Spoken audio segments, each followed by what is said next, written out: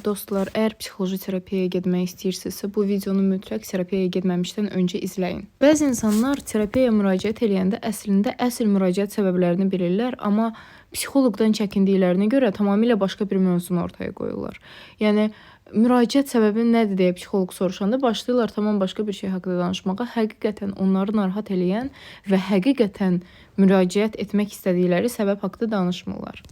Artıq terapiya da sizin istədiyiniz, yəni daha doğrusu dilə alıb dediyiniz mövzunun üzərində budaqlanmağa başlayır.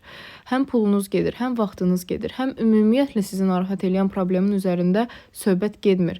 Bəlkə də o adlandırdığınız digər şey də sizin probleminizdir. Məsələn, qarşı tərəfə narahat olduğunuz probleminizi deməmisiniz, amma başqa bir probleminizi demisiniz də, o başqa bir probleminizi dilə alaraq müraciət eləmisiniz. Digər probleminiz həll olur, amma yenə də əsas problem, hansına görə ki, siz hal-hazırda psixoloq otağındasınız, o həll olunmur. Unutmayın ki, terapiyaya gəlməsəz belə, həyatdakı hər şeydə bu belədir. Əgər özünüzə və ətrafınıza istədiyiniz şey, istədiyinizi cəsarət alıb deyə bilmirsinizsə, o şeyə heç vaxt sahib olmayacaqsınız.